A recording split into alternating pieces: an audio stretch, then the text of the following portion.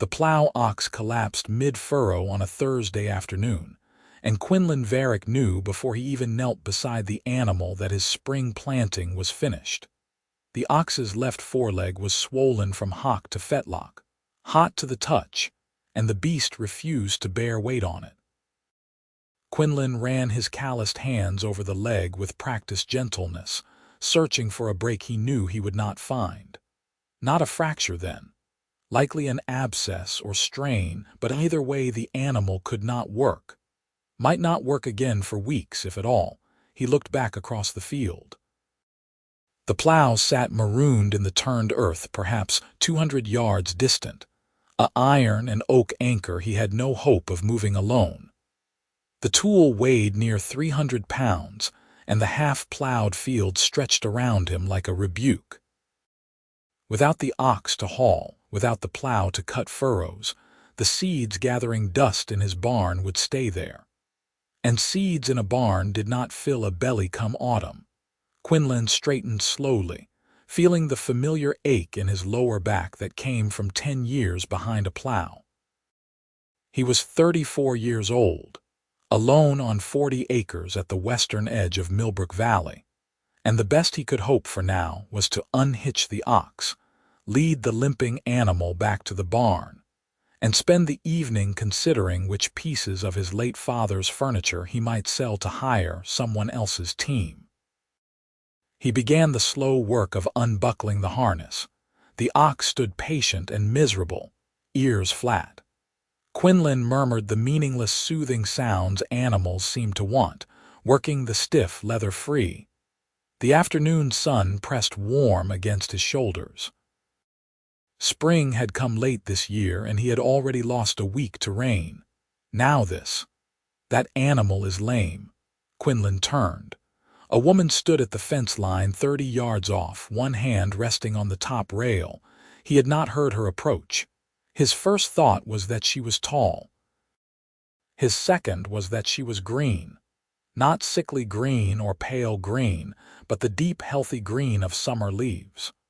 Her skin caught the afternoon light with a faint sheen, smooth and solid. She wore a sleeveless tunic of undyed linen and canvas trousers patched at the knees, and the bare arms resting on the fence showed the kind of muscle that came from years of real labor. Her black hair was tied back in a thick braid that fell past her shoulders. Small tusks curved up from her lower jaw, white against the green, and her ears tapered to slight points. An orc. Quinlan had seen orcs before, though not often this far west. They passed through Millbrook sometimes, traveling to elsewhere, never staying. The valley folk tolerated their presence the way they tolerated peddlers and tinkers, with suspicion and closed doors. Yes, Quinlan said. He is. The orc woman tilted her head, studying the ox with the focused attention of someone who knew livestock. Front left. Cannot bear weight. You will not finish plowing today. No. She looked past him to where the plow sat abandoned in the field. Her eyes were amber, bright and sharp. That is far to carry a plow. Yes. You cannot leave it. Rain is coming tomorrow, the ground will be mud and the iron will rust. Quinlan glanced at the sky, clear blue, not a cloud. But he could smell it now that she mentioned it, that electric thickness in the air that came before a spring storm. You are right. The orc woman nodded once, as if his agreement settled something. Then she put both hands on the fence rail and vaulted over in a single smooth motion, landing in his field with barely a sound. Quinlan took an involuntary step back. The ox snorted and shifted. Easy, the woman said, though Quinlan was not certain whether she spoke to him or the animal. She walked past him without hesitation, her stride long and purposeful, heading directly toward the distant plow. He stood there stupidly for a moment, harness straps still in his hands, watching her cross the field. Then his manners caught up with his surprise and he called after her. Wait. You do not have to do that. She did not stop or turn. I know. Quinlan left the ox and followed, breaking into a jog to catch up. His boots sank into the soft-turned earth with each step, making the going slow. The orc woman's longer legs and lighter tread carried her faster. She reached the plow while he was still 20 yards behind. By the time he arrived, breathing harder than he liked, she had already examined the thing with her hands, testing the weight, checking the hitch. The plow was a heavy moldboard design his father had bought from a smith in Redhill, built to break sod and turn deep furrows. It had cost more than a horse. "This is well made," the orc woman said. She bent, took hold of the beam with her right hand, and lifted. The plow rose off the ground as though it weighed no more than a sack of grain. She settled the beam against her shoulder, balancing the whole contraption with the kind of casual strength that made Quinlan's breath catch for a different reason than the running. Her left arm hung loose at her side, her right hand steadying the weight, her back straight, her balance perfect. "Where?" she asked. Quinlan found his voice. "The barn, north side," he pointed. She nodded and began walking. Not slowly, not struggling, just walking as though she carried nothing heavier than her own jacket. The furrows she crossed on her way to the fence might have been flat ground for all the difficulty they caused her. She reached the fence line, shifted her grip slightly, and stepped over the lower rail without breaking stride.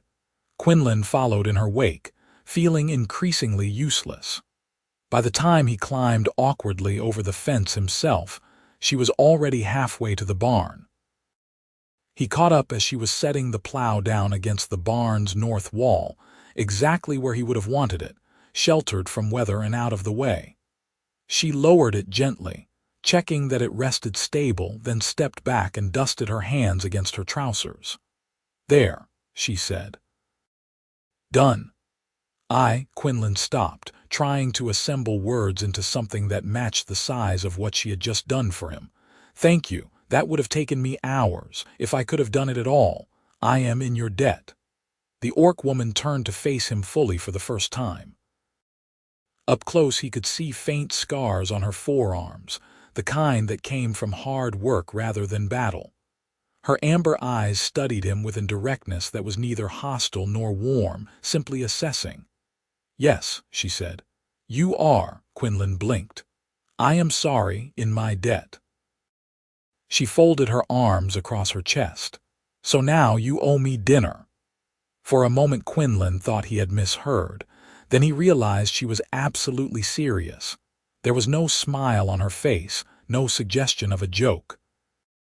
She had carried his plow across a field one-handed and was now standing in front of his barn informing him that he owed her a meal, as straightforward as if she were presenting a bill at market. "Oh," he said. "I have been walking since dawn," the orc woman continued. "I am hungry. You have a debt. This solves both problems." Quinlan felt the corners of his mouth twitch despite himself. There was something magnificently practical about the reasoning. No false modesty, no pretense of not expecting anything. Just a clear exchange stated plainly. "All right," he said. "Dinner." She unfolded her arms. "Good." "I should see to the ox first," Quinlan said. "Get him back to the barn, clean the leg, wrap it. I will help." They walked back to the field together. The orc woman moved with an easy economy of motion. No wasted energy, her head turning occasionally to take in the farm around them. Quinlan found himself hyper-aware of her presence beside him, the way her shadow fell long across the ground, the faint scent of road dust and sweat that clung to her. "I am Quinlan Varrick," he said, because it seemed absurd to be walking beside her without names. "Ailra Aaron," she replied. "You are traveling through—" "I was." Ailra glanced at him. "Maybe still. Depends on whether there is work." "What kind of work?" "Any kind that pays." They reached the ox. The animal had lain down in the furrow, a bad sign. Together they coaxed him back to his feet. Ailra positioned herself on the animal's weak side without being asked, supporting the weight as they began the slow journey back. Her presence steadied the ox, and Quinlan suspected she had done this before many times. "You have worked with livestock," he said. "Livestock, lumber, stone, freight." Ailra shrugged. "I carry things, build things, fix things if they are not too complicated. I worked a timber mill in Oak Ridge last winter, a freight company in Ashford before that, a quarry in Stonehearth the summer previous." A pattern emerged in the telling. Different places, short durations, always moving. "Why not stay?" Ailra was quiet for a moment. They were passing the fence line now, the ox limping between them. "Because they do not ask me to." The simplicity of the answer contained layers Quinlan did not know how to unpack while walking beside an injured animal. He filed it away to consider later and focused on the immediate. They got the ox into the barn, into a stall with fresh straw.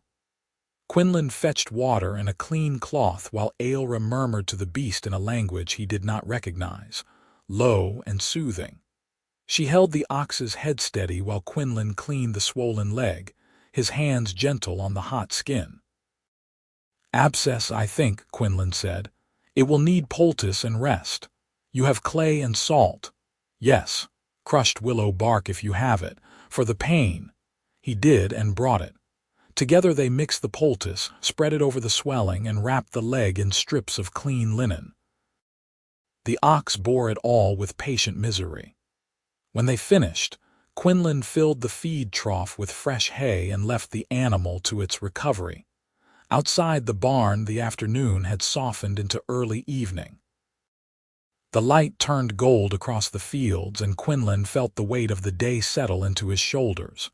He looked at Ailra, who stood with her arms folded again, waiting with that same patient directness. "The house is this way," he said. The house was small, a single story of fieldstone and timber his grandfather had built 40 years ago. 2 rooms and a loft, a chimney at the center, windows with actual glass facing south. It was clean because Quinlan kept it clean, and spare because he lived alone. The larger of the 2 rooms served as kitchen and living space both, with a table near the hearth and shelves along one wall. Ailra stepped through the doorway and stopped, looking around with that same assessing gaze she had turned on everything else. Quinlan tried to see the space through her eyes. The scrubbed table, the tidy shelves, the banked coals in the hearth waiting to be fed. A bachelor's house, functional and plain. "It is not much," he said. "It is yours." Ailra moved to the hearth, crouching to examine the coals. "This is more than many have." Quinlan did not know what to say to that, so he moved to the shelves and began pulling down what he needed. Bread from this morning's baking, hard cheese, dried apples, smoked pork from last autumn's pig. Humble fare, but honest. He set them on the table while Ailra built up the fire with the ease of long practice, feeding it kindling until the flames rose steady and bright. "There is a well outside," Quinlan said. "If you want to wash." Ailra nodded and went out. Quinlan used her absence to slice the bread and cheese, his knife work quick and sure. He set out 2 plates, 2 cups, a jar of pickled vegetables he had put up last fall. When Ailra returned, her face and hands clean, her braid damp at the ends, he was ladling stew from the pot he kept hanging over the fire, a simple thing of beans and pork and onion that had been simmering since morning. They sat across from each other at the table. The meal was basic but filling, the kind of food that tasted better when you were genuinely hungry. Ailra ate with steady focus, not rushing but not lingering either, working through bread and stew and cheese with the efficiency of someone used to not knowing when the next meal might come. Quinlan ate more slowly, watching her despite himself. In the firelight, her green skin took on warmer tones, bronze and amber threading through the olive. Her tusks were small as tusks went, more suggestions than weapons, and they did not interfere with her eating.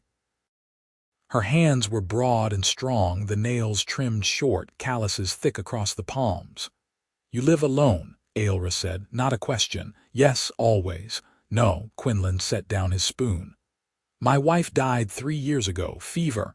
Aelra nodded slowly. "I am sorry." "Thank you." They ate in silence for a while. The fire crackled. Outside, the evening birds were singing their last songs before dark. Quinlan refilled both their cups with water from the pitcher. "You have no family?" Aelra asked. "Not close. My father died 5 years back, my mother before I was 10. I have cousins in Red Hill, but we are not close." He paused. "You, a brother somewhere. I have not seen him in 6 years. My mother is dead. I do not know about my father. He left before I could remember." The recitation was matter of fact, but Quinlan heard the years of distance in it. "So you travel?" "Yes." "Alone?" "Yes." "That must be hard." Aelra looked up from her plate, meeting his eyes. "Being alone is hard everywhere. At least traveling, there is always something new to see." Quinlan thought about his 40 acres, the same fields year after year, the same sunrise through the same window, the same empty house. "I suppose that is true." They finished eating. Quinlan cleared the plates while Aelra banked the fire for the night, the easy domesticity of the action strange and somehow comfortable. When he turned from the wash basin, she was standing by the door, backpack in hand, clearly preparing to leave. "Where are you going?" Quinlan asked. "To find a place to sleep." "There is a loft," he gestured upward. "It is just storage now, but there is a good pallet up there. You are welcome to it." Aelra hesitated, the first uncertainty he had seen from her. "You would let me stay? You carried my plow across a field." "The least I can do is offer you a roof." Something shifted in her expression, too quick for him to name. Then she nodded. "All right, thank you." The ladder to the loft was sturdy, and Aelra climbed it with her pack on one shoulder. Quinlan listened to her moving around above, the soft sounds of someone settling in. He stood in the middle of his small house, suddenly aware of how empty it usually felt, and how different it felt now with another person under the roof. He banked the rest of the fire, checked that the door was barred, and retreated to his own small sleeping room off the main space. The bed was narrow, the blankets plain. He lay down and stared at the ceiling, listening to the old house creak and settle. Tomorrow he would need to figure out what to do about the planting. Tomorrow he would need to think about hired teams and costs. Tomorrow he would need to plan. But tonight he thought about amber eyes and quiet strength, and the strange orc woman who had walked into his field and changed his afternoon with a single effortless act. He was still thinking about it when he fell asleep. Morning came with birdsong and pale light through the window. Quinlan rose, dressed, and emerged from his room to find Aelra already awake, the fire built up, water heating in the kettle. She had washed at the basin and rebraided her hair, and she turned when she heard him, her expression neutral. "Good morning," Quinlan said. "Good morning." Aelra gestured to the kettle. "I am making tea if you have it." "Second shelf, clay jar." They made tea together in comfortable silence, the morning ritual requiring no words. Quinlan put out bread and butter, and they ate standing by the hearth, drinking from their cups and watching the steam rise. "The ox?" Aelra asked. "I will check on him after breakfast." "I will come." They went to the barn together, and Quinlan felt something settle in his chest at the easy assumption of partnership in the task. The ox was standing, which was good, and drinking, which was better. The swelling in the leg had not worsened overnight. Quinlan changed the poultice while Aelra held the animal's halter, the same quiet teamwork they had managed yesterday. "He will recover," Aelra said, "in time, but not in time for spring planting." "How much is left to do?" Quinlan straightened, wiping his hands on a rag. "Half the north field, all of the west field. 3 weeks of work, maybe 4, and the season does not wait. Ailra was quiet for a moment, looking out the barn door toward the fields in question. Then she turned back to him. I could plow them. Quinlan stared at her. What? I could plow them. Not with the ox, with myself. I am strong enough. She said it simply, without boast. It would be slower than the ox, but faster than nothing. That is, Quinlan stopped, trying to find the right words. That is too much. You cannot plow fields by hand. I can, Ailra said. I've done harder things. I could not pay you what it would be worth. What can you pay? Quinlan did the arithmetic in his head, hating every part of it. Room and board and whatever I can spare from my savings. Not much. Room and board means I have a place to sleep and food to eat. That is more than I have this morning. Ailra tilted her head. What else can you spare? I do not know. Depends on the harvest. Then pay me after harvest, a percentage of the crop. It was a gamble, and they both knew it. If the harvest failed, she would get nothing. If it succeeded, she would earn more than he could afford to pay upfront. But it was fair, tying her fortune to his, making them partners in the season's outcome. That could work, Quinlan said slowly. If you are certain. I am certain. Then he stopped, overwhelmed suddenly by the strangeness of it, the speed. Yesterday morning he had been alone.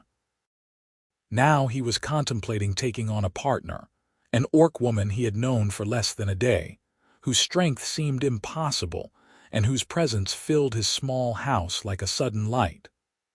Why? Ailra looked at him, and for the first time he saw something vulnerable beneath the directness. Because you are offering me a place, even if it is only for a season. That is more than most people do. Quinlan understood then what she was really asking, not just for work but for belonging, for a reason to stay somewhere longer than a few weeks, for someone to want her there. All right, he said. Partners then, through harvest. Through harvest, Ailra agreed.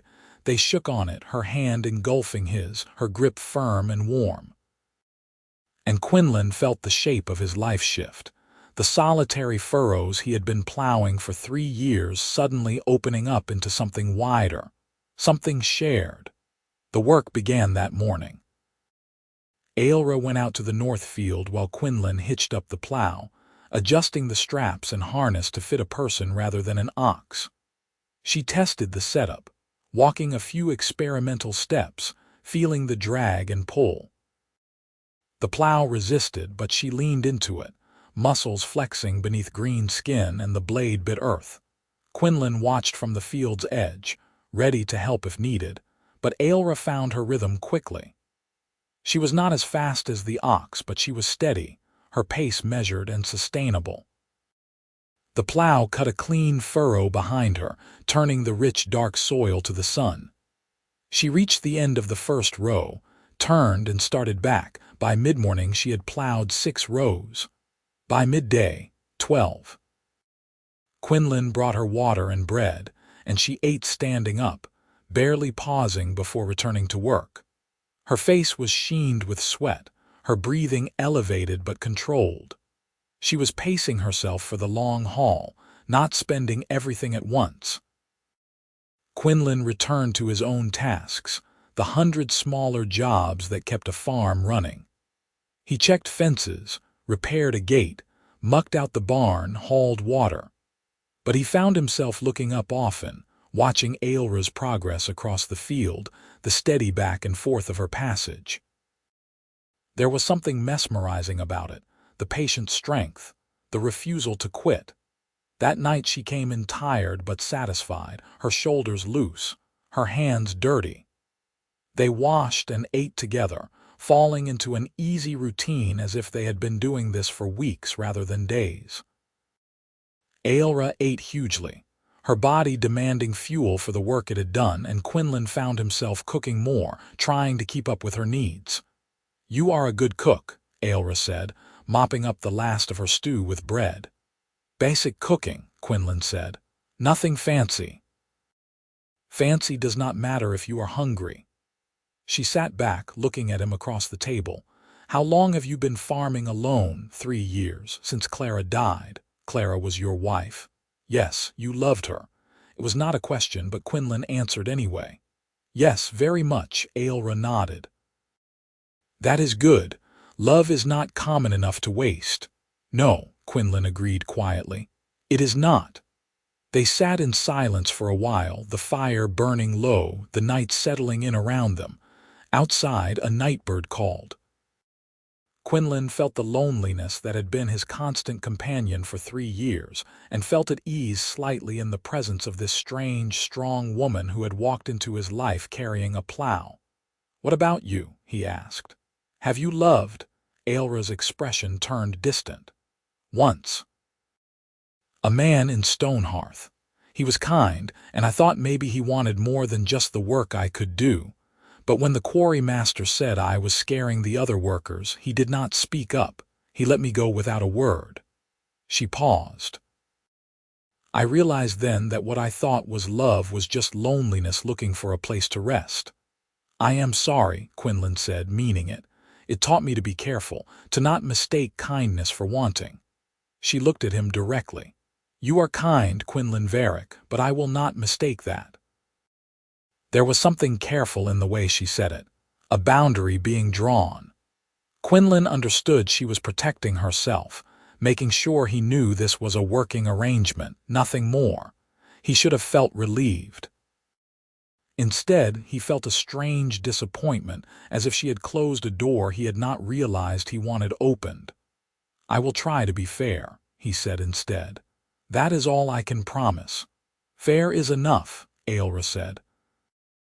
But as she climbed the ladder to the loft that night, and as Quinlan lay in his narrow bed, he wondered if fair really was enough, or if somewhere in the space of 2 days he had begun to want something more than just a hired hand for the season. The days settled into a pattern.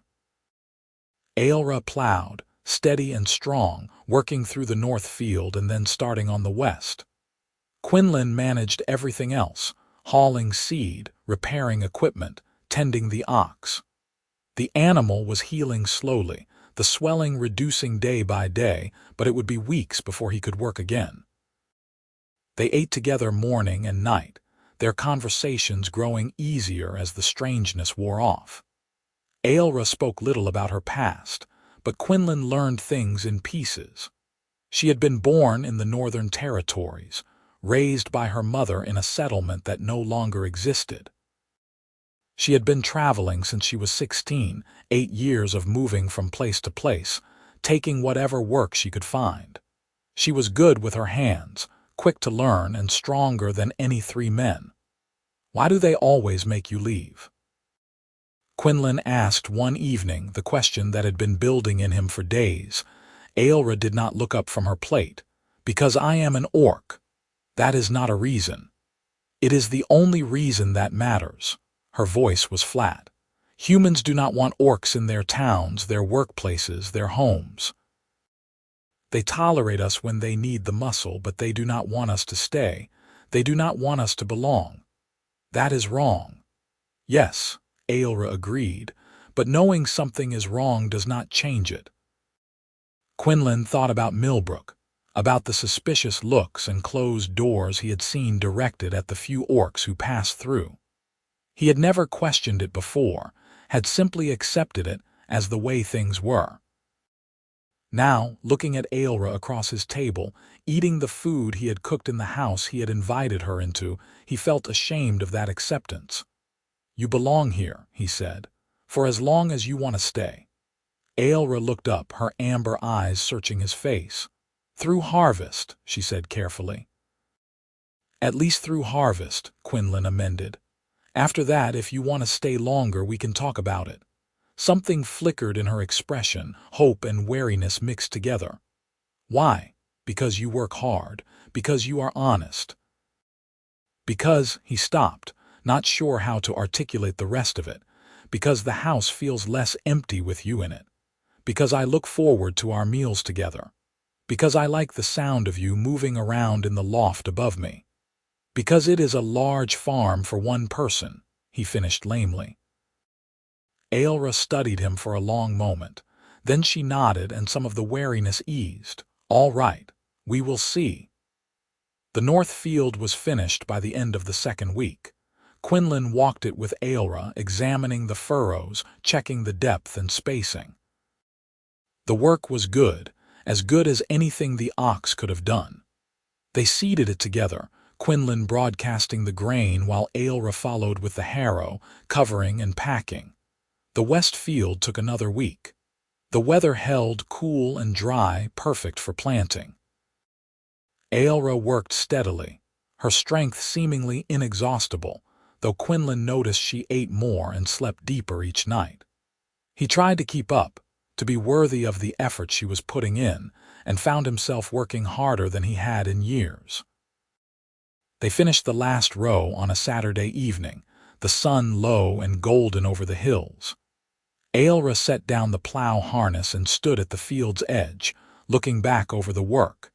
Acre upon acre of turned earth, ready for seed. The labor of 3 weeks compressed into something visible and real. "It is done," she said. "Yes." Quinlan stood beside her, feeling the satisfaction of completed work settle into his bones. "Thank you, I could not have done this without you." Aelra shrugged, but he saw the pleasure in the gesture. "You fed me, sheltered me, it is fair. It is more than fair. You saved my season." She turned to look at him, and in the golden light her green skin glowed, her tusks catching the sun. She was beautiful, Quinlan realized with a shock, not in spite of being an orc, but because of everything she was. The strength and the honesty and the quiet way she moved through the world, expecting nothing and deserving everything. "Quinlan," Aelra said, and there was something careful in her voice. "You are staring." He was. He looked away quickly, feeling heat rise in his face. "I apologize. I did not mean to make you uncomfortable." "I did not say I was uncomfortable." Her voice was neutral, giving nothing away. "But I want to be clear about what this is. I work for you. You pay me with room and board and a share of the harvest. That is all." "I know," Quinlan said. "Do you?" Aelra turned fully toward him. "Because I have had employers look at me the way you just did. They wanted the strength in my back and the gratitude they thought I owed them. I will not be that for you or anyone." The words landed like a slap, and Quinlan felt shame burn through him. "I would never. I am not saying you would." Aelra's voice softened slightly. "I am saying I need to know the boundaries. If you see me as just a worker, that is fine. If you see me as something else, I need to know what before I let myself hope for it." Quinlan stood frozen, the truth of what he felt and the fear of speaking it warring in his chest. He was not good with words, had never been good with them. Clara had done most of the talking in their marriage, filling the spaces his silence left. But Aelra was asking him for clarity, and she deserved it. "I see you as someone I want to know," he said slowly. "Someone I enjoy having here, someone who makes this place feel less lonely." He paused, gathering courage. "Someone I think about when I should be thinking about other things." Aelra went very still. "That is not nothing." "No," Quinlan agreed. "It is not. But you said I was kind, and you would not mistake that for wanting. So I am telling you it is more than kindness. I do not know what to call it yet, but you deserve to know it is there." The silence that followed was heavy with things unsaid. Aelra's expression was unreadable, her amber eyes searching his face. Quinlan felt exposed, as if he had opened himself up and was now waiting to see whether she would step closer or turn away. "I do not know what to do with that," Aelra said finally. "You do not have to do anything. I am not asking for anything." Quinlan took a breath. "I just needed you to know I am not seeing you as only a worker. I am seeing you as Aelra, and I like what I see." Her expression cracked then, vulnerability showing through. "People do not usually like what they see. Then they are not looking properly." Aelra laughed, a short surprised sound. "You are a strange man, Quinlan Varrick." "Maybe," Quinlan said, "but I am an honest one." They stood there in the evening light, the plowed field stretching out behind them, the future unwritten. Then Ailra nodded, something settling in her posture. "All right," she said. "I will think about it, but I need time. I need to be sure you mean what you say, and that I am not just filling an empty space because it is convenient." "Take all the time you need," Quinlan said. "I am not going anywhere." "Neither am I," Ailra said quietly. "At least not yet." They walked back to the house together as the sun set, their shadows stretching long across the land. And though nothing was resolved, though everything was still uncertain, Quinlan felt something in his chest that he had not felt in 3 years. Hope. The planting continued. With the fields plowed, the work shifted to seeding, harrowing, fencing, and the 1,000 other tasks that came with spring. Ailra took to each job with the same steady competence she brought to everything else. She mended fences with precision, hauled stones for a new retaining wall without complaint, and helped Quinlan build a new chicken coop when the old one collapsed in a storm. They worked side by side most days, their partnership deepening into something easy and natural. Quinlan taught her the rhythms of the farm, the way the seasons turned, the signs to watch for in weather and soil. Ailra taught him shortcuts she had learned in her years of wandering, better ways to stack wood, tie knots, balance loads. The meals they shared grew longer, the conversations ranging wider. Ailra spoke more about her past, telling stories of the places she had been, the work she had done. Quinlan shared memories of his childhood, his father, his brief happy years with Clara. They discovered shared opinions on impractical things like music and the proper way to make bread, and laughed over their disagreements on whether chickens were clever or simply chaotic. But underneath the easy companionship, there was a current of awareness that had not been there before. Quinlan caught himself watching the way Ailra moved, the grace in her strength. He noticed the way she looked at him sometimes, her gaze lingering before she turned away.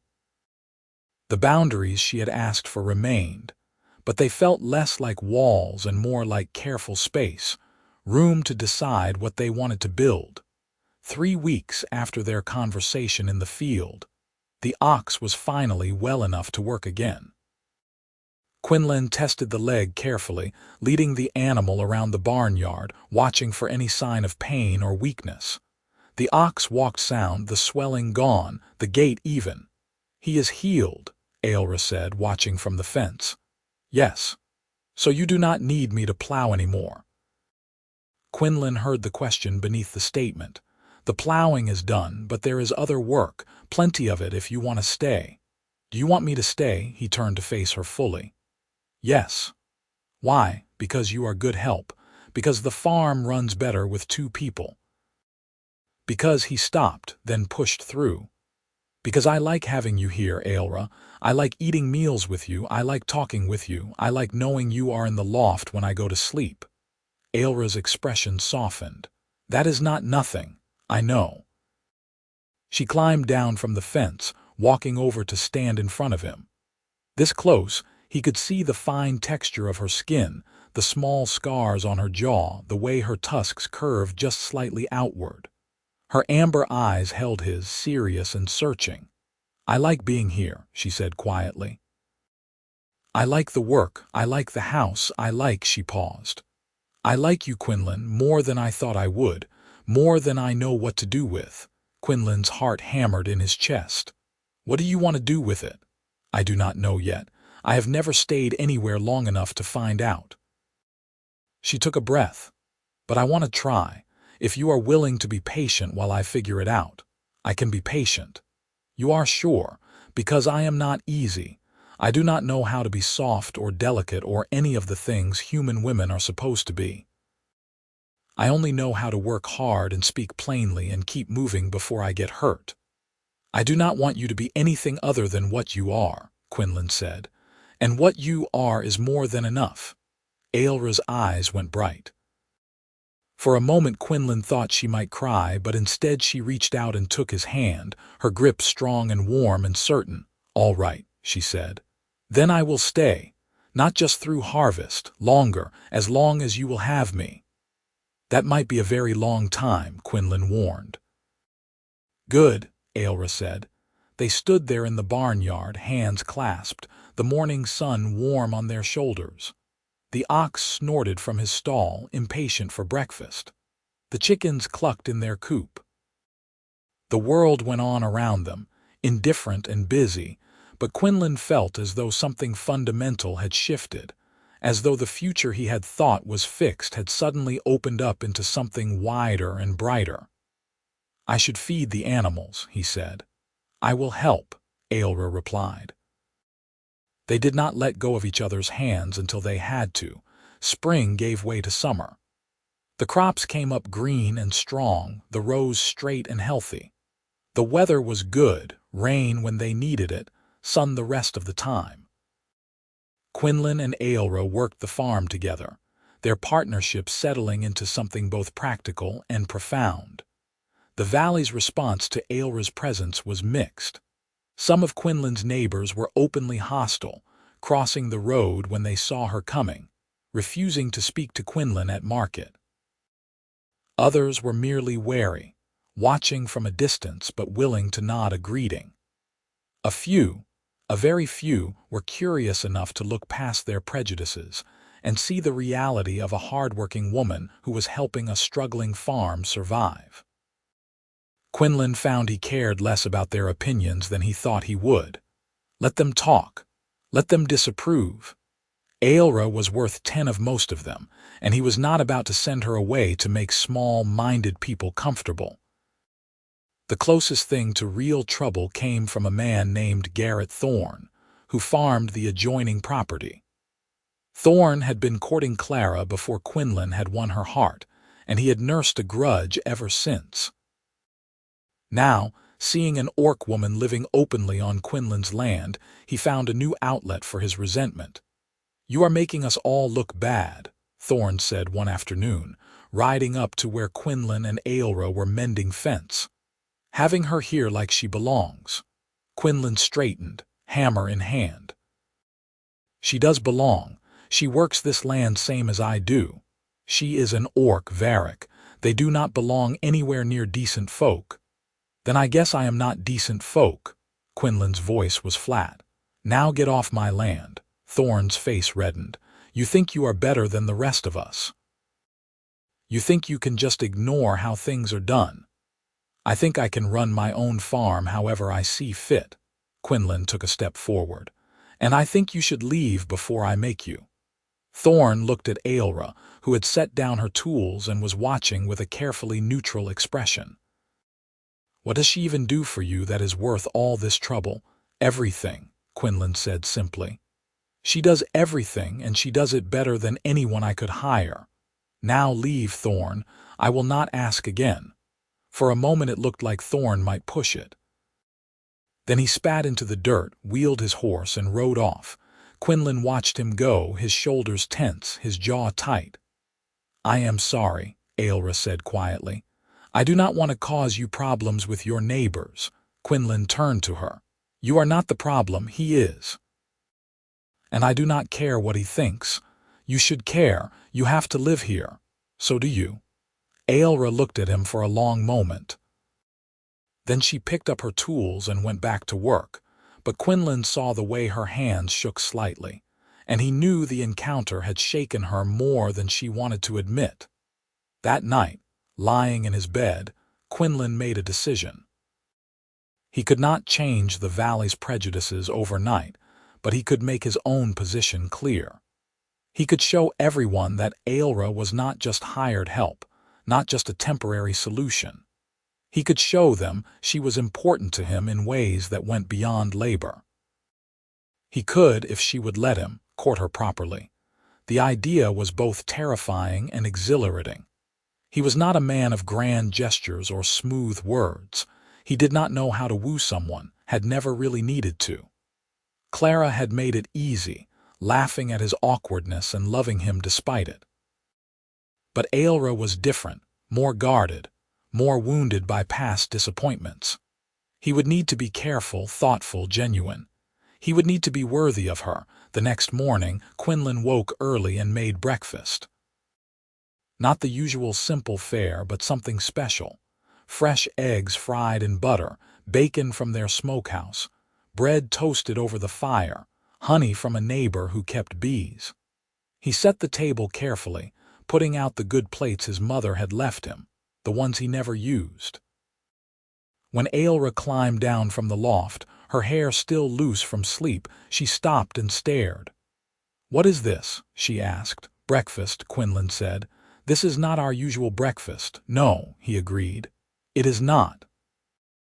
Ailra approached the table slowly, looking at the food, the plates, the care that had gone into it. "Why?" Quinlan took a breath. "Because I want to court you." Ailra froze. "What?" "I want to court you," Quinlan repeated, his heart hammering. "Properly, the way you deserve, if you will let me." "I do not understand." "I know I am not good with words. I know I am just a farmer with a small holding and not much to offer. But what I have I want to share with you. Not just the work, not just the farm. Everything." He paused. "I am falling in love with you, Ailra. I think I have been since you carried my plow across that field, and I want you to know I am serious about it."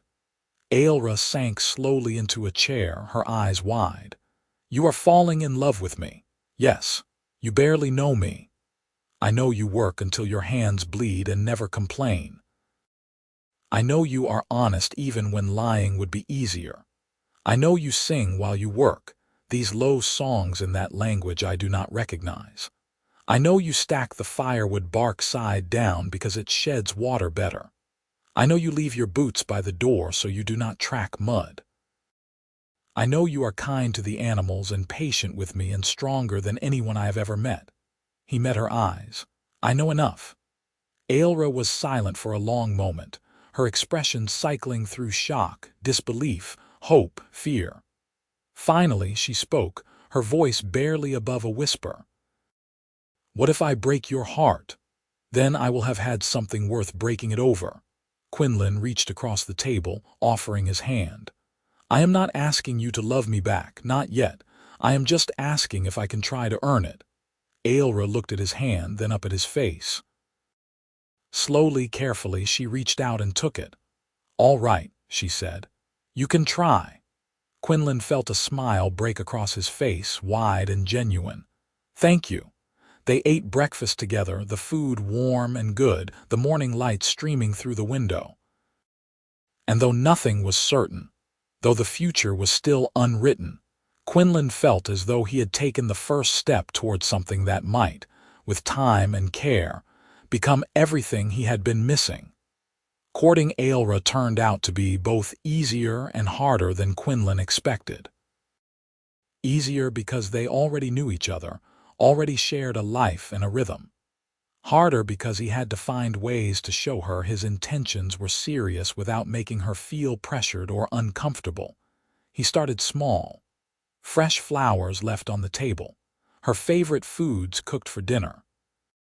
Small repairs made to her things before she had to ask. He took care to compliment her in ways that had nothing to do with her strength, telling her she was clever when she solved a problem, that her laugh was lovely, that he liked the way she hummed while she worked. Ailra received these gestures with a mixture of pleasure and wariness, clearly unused to being courted but wanting to believe it was real. She began reciprocating in her own way, small kindnesses that spoke of care. She fixed the leg on his favorite chair without being asked. She left him the last piece of bread at meals.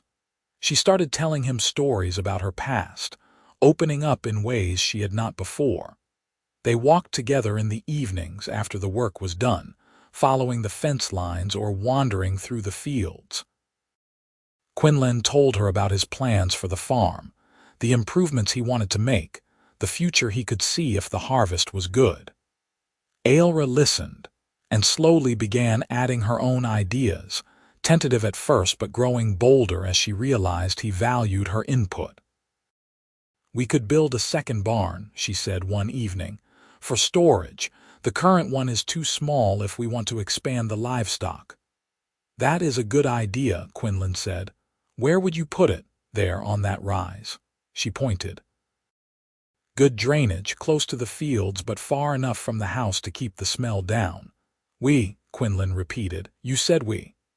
Ailra paused, then smiled, a real smile that showed her tusks. "Yes, I did." The summer deepened. The crops grew tall and green, promising a good harvest.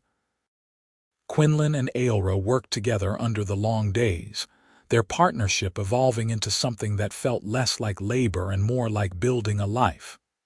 They laughed together, argued over small things, solved problems as a team, and slowly, carefully, they began to touch. A hand on the shoulder in passing, a brush of fingers when handing over a tool, Ailra standing close enough that their arms pressed together while they examined a broken fence post, Quinlan resting his hand on the small of her back while they walked. Each touch was deliberate, acknowledged, a conversation without words about boundaries and permission. Quinlan never pushed, never assumed, always gave her space to pull back if she wanted. Ailra never did. One evening in late summer, they were sitting on the porch watching the sun set over the hills. The day had been hot, and they were both tired in the good way that came from honest labor. Ailra was sitting on the step below him, her back against the post, her long legs stretched out. "Quinlan," she said. "Yes, I think I am falling in love with you too." Quinlan's breath caught, he had hoped, but hearing her say it was different than imagining it. "You do not have to say that, I know." Ailra turned to look up at him, her amber eyes serious. "But it is true." "I have been trying not to because I am afraid, but I think it is too late." "Why are you afraid?" "Because every time I have cared about someone, they have let me go. Every time I have started to feel like I belong somewhere, I get moved along." Her voice was quiet but steady. "I am afraid you will do the same, that this is just for the season, and when the harvest is done, you will realize it was a mistake." Quinlan slid down to sit beside her on the step, close enough that their shoulders touched. "I am not going to do that." "You cannot promise that." "Yes, I can." He turned to face her. "Ailra, I do not know what the future holds. Maybe the harvest will fail. Maybe I will get sick. Maybe 100 things will go wrong. But I can promise you I will not send you away. I can promise you I want you here, not just for the season, but for every season after. I can promise you I see a future with you in it." Tears gathered in Ailra's eyes, but she blinked them back. "That is a very big promise." "Yes," Quinlan agreed, "but I mean it." Ailra searched his face, looking for doubt or deception. Then, slowly, she leaned her head against his shoulder. Quinlan put his arm around her, and they sat there as the sun set, the sky turning orange and pink and purple, the crickets beginning their evening song. "I want to believe you," Ailra whispered. "Then believe me," Quinlan said. "I will prove it day by day for as long as it takes." They sat there until the stars came out, wrapped in each other's warmth, the future still uncertain but feeling, for the first time, like something they might be able to build together. Harvest came in early autumn, and it was everything they had hoped for. The grain stood tall and golden, the heads heavy with seed. Quinlan and Ailra worked dawn to dusk, cutting and binding and stacking, racing the weather to get everything in. It was brutal work, but satisfying, the tangible result of months of labor.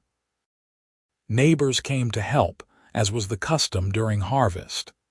Even Garrett Thorne showed up, though he kept his distance from Ailra and his comments to himself. Quinlan was grateful for the help, but even more grateful when the work was done and the outsiders left, returning the farm to just the two of them. They threshed the grain together, separated the chaff, bagged the seed. The yield was excellent, far better than Quinlan had dared hope. He did the math carefully, calculating what he owed Ailra from their original agreement. "Here," he said, showing her the figures. 10% of the crop, more than 100 bushels. You can sell it in town or I can buy your share at market price. Either way, you have earned it. Aelra looked at the numbers, then at him. What if I do not want money? Then what do you want? I want a partnership, a real one, not hired help, not laborer to landowner, an equal stake in this farm. She took a breath. I want to stay, not as a worker but as a partner, if you will have me. Quinlan felt his heart expand. You want to be my partner? Yes, in the farm, in everything, Aelra said. If you want that too, Quinlan reached out and took both her hands in his. I want that. I have wanted that for months. I was just afraid to ask. Why? Because I was afraid you would say no, that you would think I was trying to trap you or take advantage. He squeezed her hands gently. I do not want you to stay because you feel obligated. I want you to stay because you want to be here. I do want to be here, Aelra said fiercely. This is the first place I have felt like I belong. The first place anyone has wanted me for more than just what I can carry. Her eyes were bright. I want to build a life here, with you, if you are serious about having me. I have never been more serious about anything, Quinlan said. Aelra smiled, and it was like the sun breaking through clouds. Then yes, partners, in everything. They sealed it with a kiss, their first, soft and careful and full of promise. Aelra's tusks pressed gently against Quinlan's face, and he found he liked the feeling, the reminder of who she was and what they were building together. When they pulled apart, both were smiling. There is something else, Quinlan said. What? He reached into his pocket and pulled out a small wooden box. Inside was a ring, simple silver with a small green stone. It was my mother's. My father gave it to her when they were married. I know it is not much, but it is perfect, Aelra breathed. I am asking if you will marry me, Aelra. Not just be my partner in the farm, but my wife, my family, the person I build my life with. He met her eyes. I love you. I want to spend the rest of my days with you, if you will have me. Aelra's hand flew to her mouth, her eyes wide and swimming with tears. For a moment she could not speak, could only stare at the ring and at him. Then she nodded, fierce and certain. Yes, she said. Yes, I will marry you. Quinlan slipped the ring onto her finger. It fit perfectly, the green stone catching the light. Aelra held up her hand, looking at it with wonder, then launched herself at Quinlan, wrapping her arms around him and holding him tight. I cannot believe this is real, she whispered against his shoulder.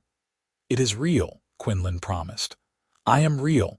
This is real, and I am never letting you go. They held each other there in the barn, surrounded by the fruits of their shared labor, the harvest that had been possible only because of both of them working together. And Quinlan knew, with a certainty that went bone deep, that this was just the beginning. The wedding was planned for late autumn, after the harvest was sold and the season's work complete. Quinlan wanted to give Aelra the celebration she deserved, a day that would make clear to everyone in the valley that she was not hired help or temporary labor, but his chosen partner and wife. Aelra was less concerned about what the valley thought, but she threw herself into the preparations with the same focused energy she brought to everything. They planned the ceremony together, deciding on a simple affair at the farm, with only those who genuinely wished them well invited. The guest list was shorter than Quinlan had expected. Many of his neighbors declined, some politely, some less so. But there were enough who said yes, that the gathering would feel like a community, not just the two of them alone. Old Marcus from the neighboring farm, who had been kind from the start. The widow Pemberton, who had defied expectations by bringing Aelra a pie and welcoming her warmly. The miller and his wife, who cared more about honest dealing than species. A handful of others, good people who saw past their prejudices to the truth of what Quinlan and Aelra had built together. On the morning of the wedding, Quinlan woke before dawn, too excited to sleep. He dressed carefully in the good clothes he had bought for the occasion, dark trousers and a white shirt, a vest his father had worn at his own wedding. His hands shook as he worked the buttons. Ailra had spent the night at the Pemberton house, following the tradition that the couple should not see each other before the ceremony. Quinlan missed her presence, the familiar sound of her moving around in the loft. The house felt empty without her. He spent the morning preparing, setting up benches in the yard, arranging the tables for the feast.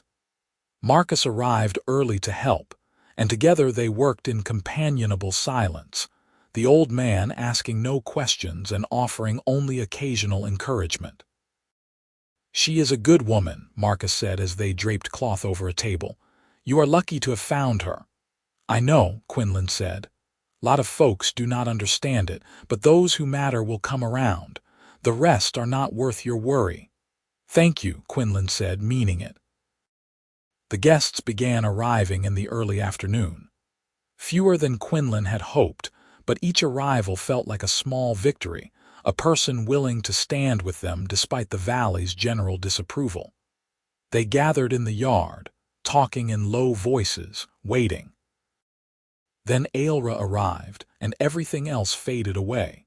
She wore a dress the widow Pemberton had helped her make, simple green linen that matched her skin and brought out the amber of her eyes.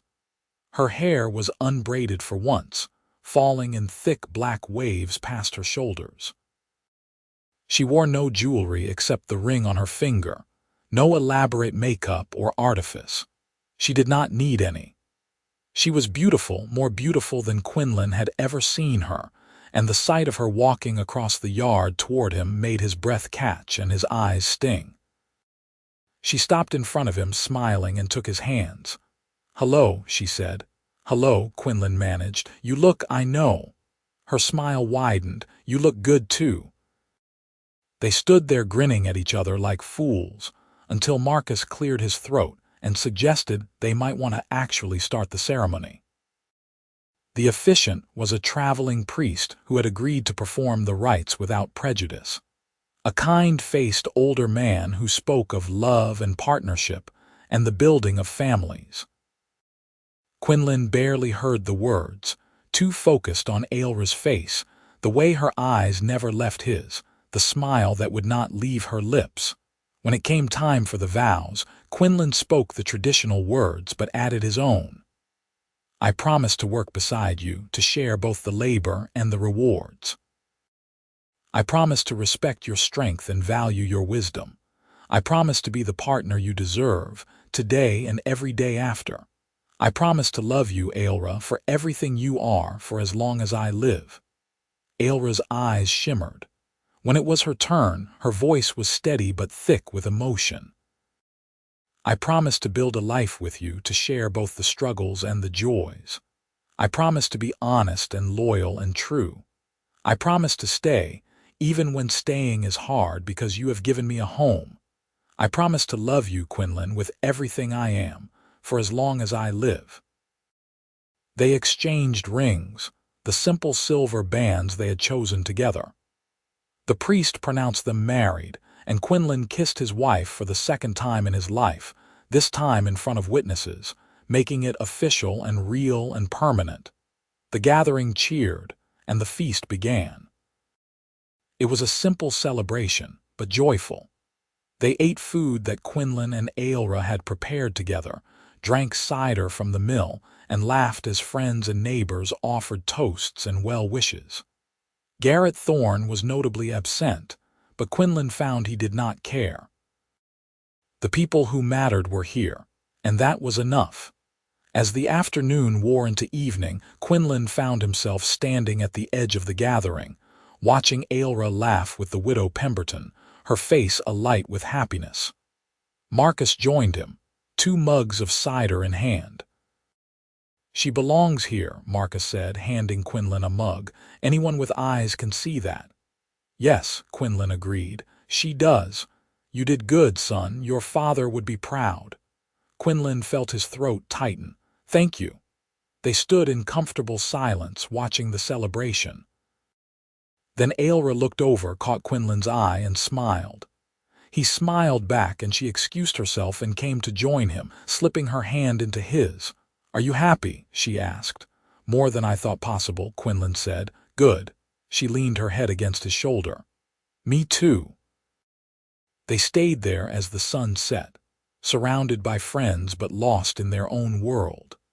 And when the last guests departed and the yard was empty again, they walked hand in hand back to the house. No longer just a farmer and his worker, but husband and wife, partners in every sense of the word. The house felt different now, warmer somehow, more complete. Ailra moved her belongings down from the loft into Quinlan's room, their room, and they lay together in the narrow bed, talking in low voices until sleep claimed them. "Thank you," Ailra whispered into the darkness. "For what?" Quinlan asked. "For seeing me, for wanting me, for making me believe I could have this." Quinlan pulled her closer, pressing a kiss to her forehead. "Thank you for staying, for taking a chance on a quiet farmer with not much to offer." "You offered everything that mattered," Ailra said.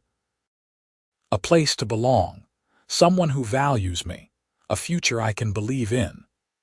They fell asleep wrapped in each other's arms, and Quinlan dreamed of the seasons to come, the years they would spend building their life together, the family they might grow into. Winter came, and with it the slower rhythm of farm life. There was still work to be done, animals to tend, equipment to repair, firewood to split. But the urgency of the growing season was gone, replaced by a kind of peaceful industry. Quinlan and Ailra settled into married life with surprising ease. They worked together during the day, managing the farm's winter tasks. They cooked together in the evenings, trying new recipes and laughing over failures. They read by the fire when the night was long, Ailra slowly working through her letters while Quinlan read aloud from the handful of books his mother had left him. They learned each other's rhythms, their habits and preferences.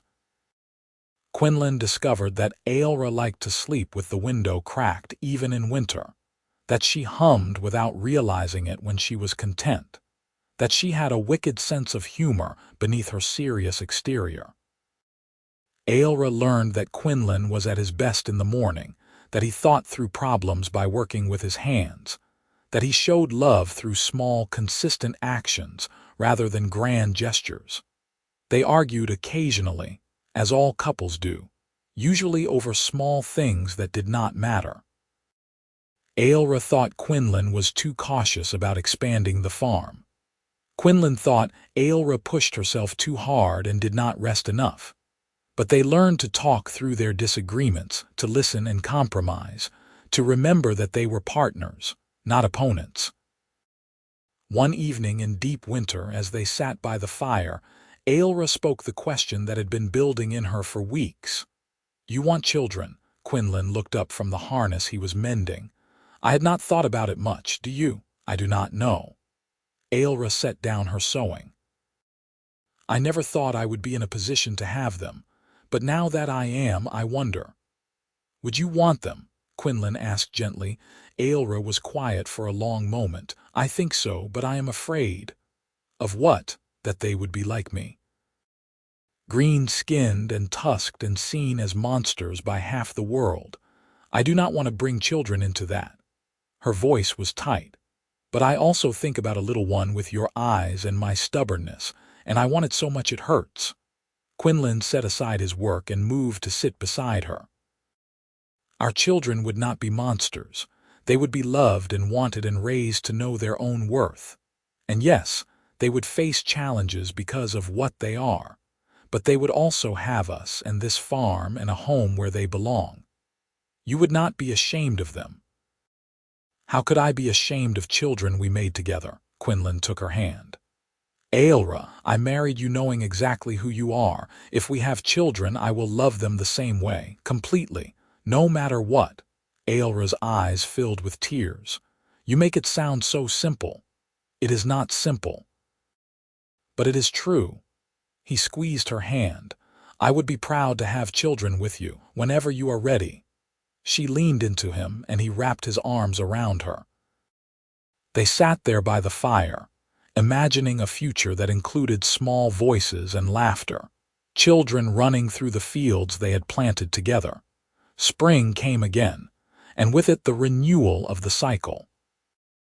Quinlan and Ailra plowed and planted, working side by side as partners now rather than employer and laborer. The ox was healthy and strong, but they often worked together anyway, Ailra pulling the plow while Quinlan guided it, their teamwork seamless. The neighbors' attitudes had not changed much, but Quinlan and Ailra had learned to live with it.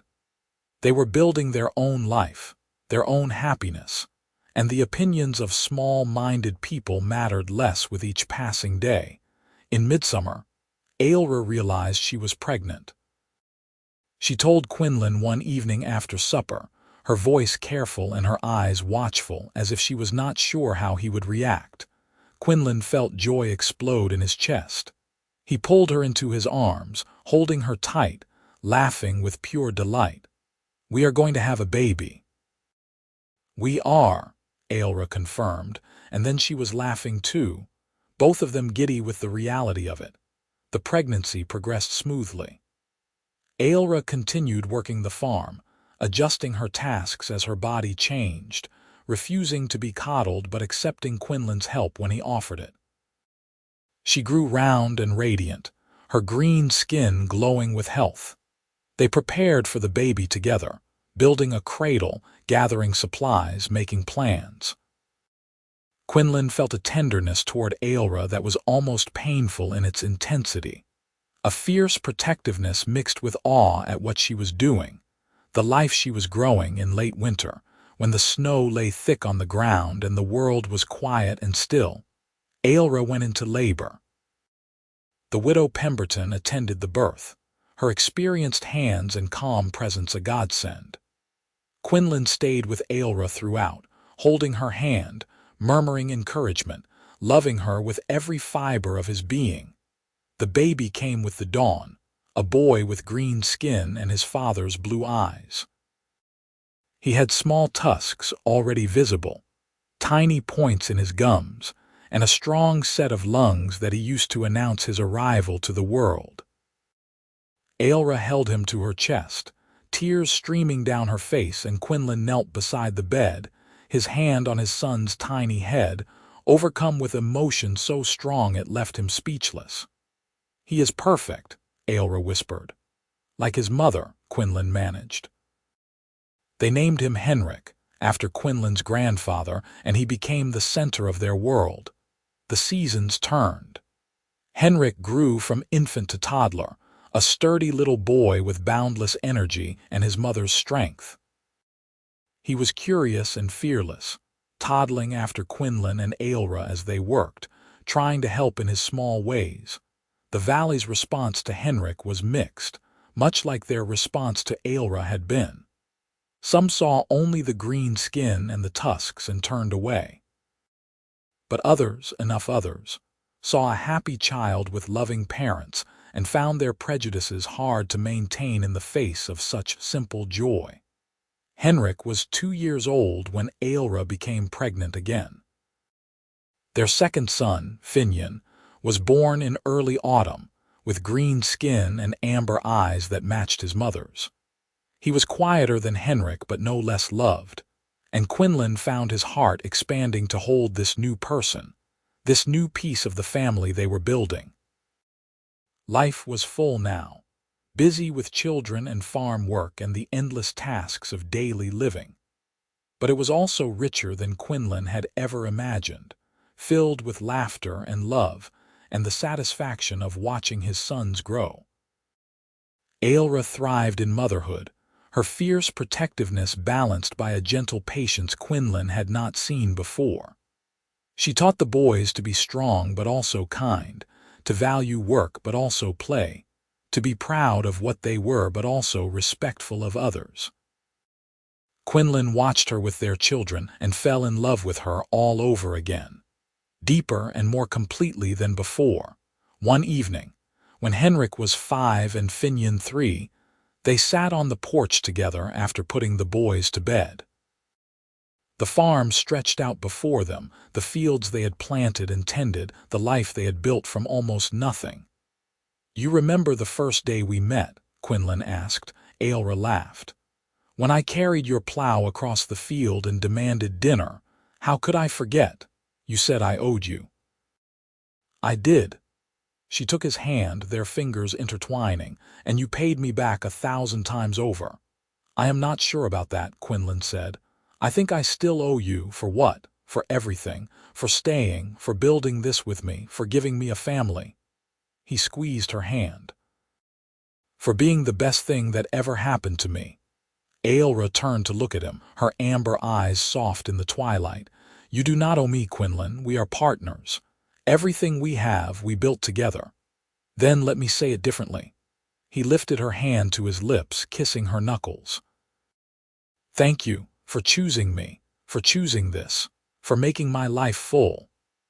"Thank you for letting me," Ailra said quietly, "for giving me a home, for loving me when I thought I could not be loved, for proving me wrong about everything I thought I knew about belonging."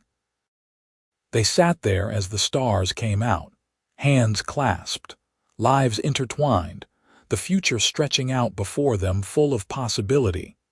Years passed, measured in harvests and seasons and the growth of their children.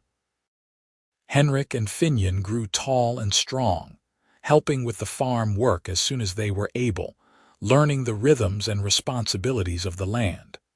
They were good boys, hardworking and kind, and Quinlan was endlessly proud of them. When Henrik was 8, the family decided to host a harvest festival, opening their farm to the community for a day of celebration.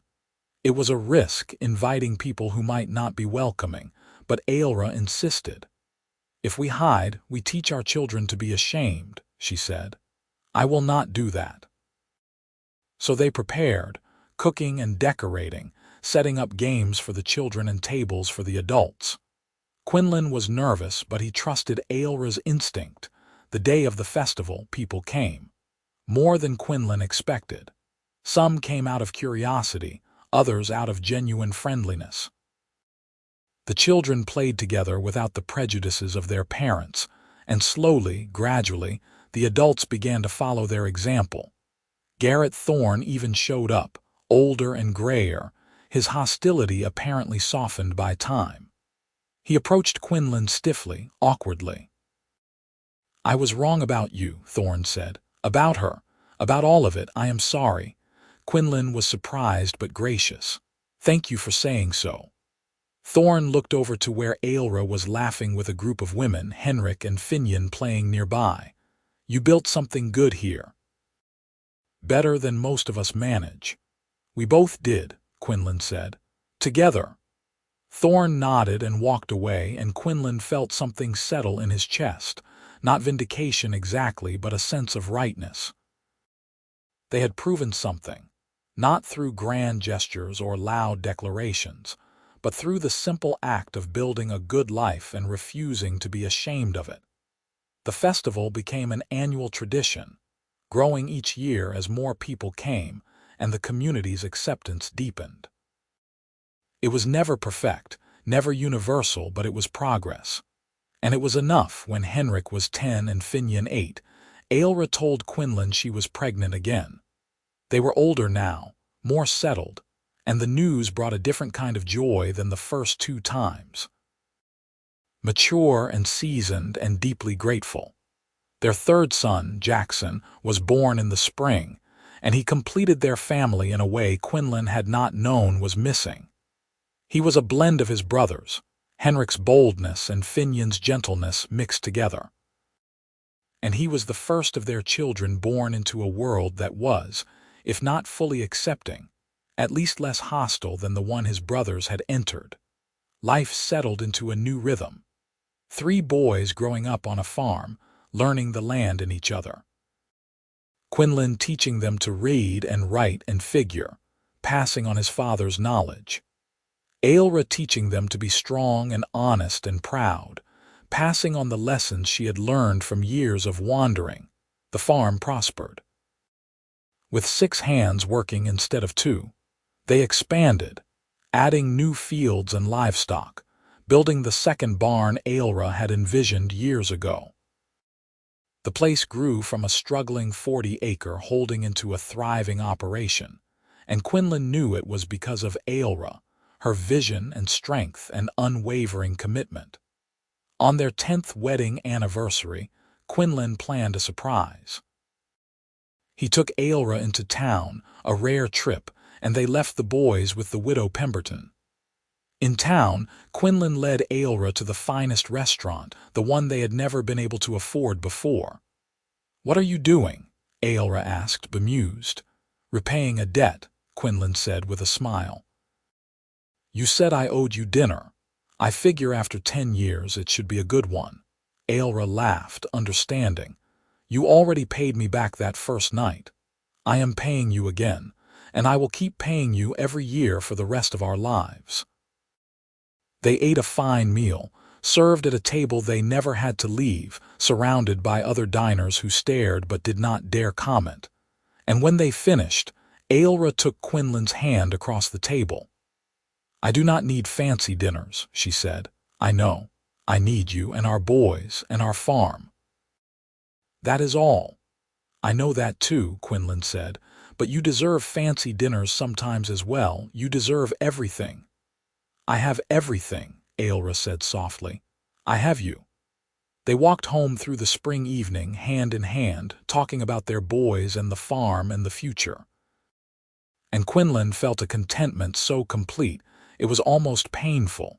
The knowledge that this, right here, was everything he had ever wanted and more than he had ever dreamed possible. The years continued their steady march. Henrik grew into a young man, tall and strong, with his mother's green skin and his father's steady disposition. Finian followed close behind, quieter but equally capable. Jackson, the youngest, showed signs of being the scholar of the family, more interested in books than plowing.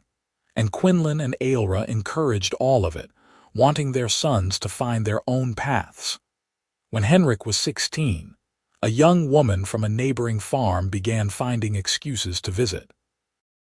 She was human, with kind eyes and a no-nonsense attitude that reminded Quinlan of Ailra. Henrik was smitten, and the young woman, whose name was Margaret, seemed equally interested despite Henrik's green skin and tusks. Ailra watched the courtship with a mixture of hope and worry. "I do not want him to get hurt," she told Quinlan one night. "Neither do I. But we cannot protect him from everything. All we can do is teach him to be worthy of love and hope he finds someone who sees it." Henrik and Margaret's relationship deepened, and when Henrik was 19, he asked for Quinlan and Ailra's blessing to marry her. They gave it gladly, and the wedding was held on the farm, a joyful celebration that brought the community together once more. Seeing his son marry a woman who loved him without reservation, Quinlan felt a circle complete. The family they had built was growing, expanding, becoming part of the fabric of the valley in a way that felt permanent and right. Finian eventually took over much of the day-to-day farm operations, allowing Quinlan and Ailra to step back slightly from the hardest labor. Jackson went to the regional school, becoming the first in the family to pursue formal education, and eventually became a teacher himself. Through it all, Quinlan and Ailra remained partners. Their hair grayed, their bodies slowed, but their love deepened, aging like good wine into something rich and complex. On a warm summer evening, when they were both in their 50s and had been married for more than 20 years, they walked through the fields together, their fingers intertwined. The land stretched out around them, worked and tended by their hands and their children's hands, a legacy built from a single impulsive act of kindness and a demand for dinner. "You remember carrying my plow?" Quinlan asked. "Of course," Ailra said. "Best decision I ever made." demanding dinner," she confirmed with a grin. "I was hungry and you looked like you could use the company." I could, Quinlan admitted. I just did not know it yet. I knew. Aelra stopped walking, turning to face him. I saw you standing there with that broken ox, looking like the weight of the world was on your shoulders, and I thought, that is a man who needs help, not just with his plow but with everything. And you decided to be that help. I decided to take a chance. She touched his face gently, her palm warm against his cheek. I am glad I did. So am I, Quinlan said. Every single day. They kissed there in the field, the same field where their story had begun more than 2 decades ago. And Quinlan thought about all the years between that first day and this one. The children they had raised, the farm they had built, the community they had slowly won over through nothing more than living their lives with dignity and love. It had not been easy. There had been struggles and setbacks, prejudice and pain. But there had also been joy, more joy than Quinlan had ever imagined possible. And it had all started because an orc woman with impossible strength and a straightforward manner had carried his plow across a field and declared that he owed her dinner, the best debt he had ever incurred, the best payment he had ever made. As the sun set over the hills, painting the sky in shades of orange and pink, Quinlan and Aelra walked back to the house hand in hand, their shadows stretching long behind them. Behind them lay years of work and love. Before them lay whatever time they had left, to be spent exactly as they had spent every day since that first one, together. That night, after dinner with their sons and grandchildren, after the house had emptied and grown quiet, Quinlan and Aelra sat on their porch as they had done thousands of times before. The stars were bright overhead, the crickets singing their summer songs. "Are you happy?" Quinlan asked, the question he had asked her so many times over the years. "More than I ever thought I could be," Aelra answered, the response that had become their ritual. Then she added something new. "Thank you for seeing me that day, for letting me stay, for building this life with me. Thank you for taking a chance on a quiet farmer with a broken plow," Quinlan replied. "For teaching me that love can come from the strangest places and that family is what you make it." They sat in companionable silence, watching the stars wheel overhead, listening to the sounds of the night. Inside, their home was warm and full of the evidence of the life they had built. Their children and grandchildren, scattered now across the valley, carried forward the legacy they had started. The farm thrived, the land rich and productive. It was everything Quinlan had wanted and nothing he had planned for. It was better than any future he could have imagined that afternoon when his ox went lame and his season seemed lost. "I love you," he said to Aelra, simple and true. "I love you too," she replied, equally simple, equally true. And that, more than anything else, was the heart of it all. A single act of strength repaid with a simple meal. A dinner that became a courtship that became a marriage that became a family, a farm, a life built together from almost nothing into everything that mattered.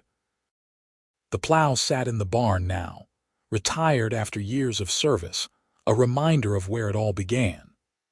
Sometimes Quinlan would walk past it and remember that afternoon, the shock of seeing a green-skinned woman vault his fence and lift 300 pounds of iron like it was nothing.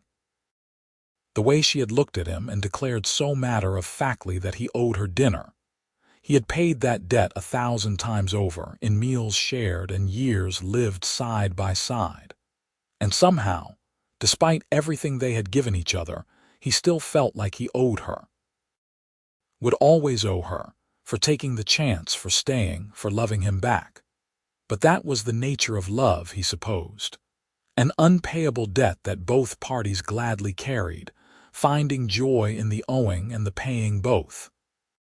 As the night deepened and the moon rose, Quinlan and Aelra finally rose from the porch and went inside. They banked the fire, checked the locks, and climbed into the bed they had shared for more than 20 years. Ailra curled into Quinlan's arms, her head on his chest, their breathing synchronizing as they drifted toward sleep. Tomorrow would bring more work, more challenges, more of the daily tasks that made up a life. But tonight they had this.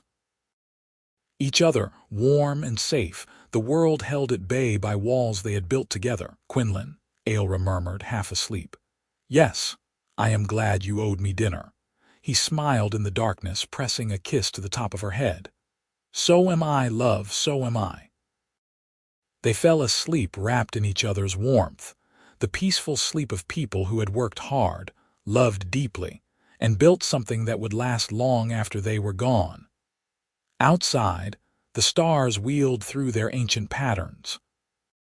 Inside, the house stood solid and warm, sheltering the family that had grown from a debt acknowledged and a dinner shared.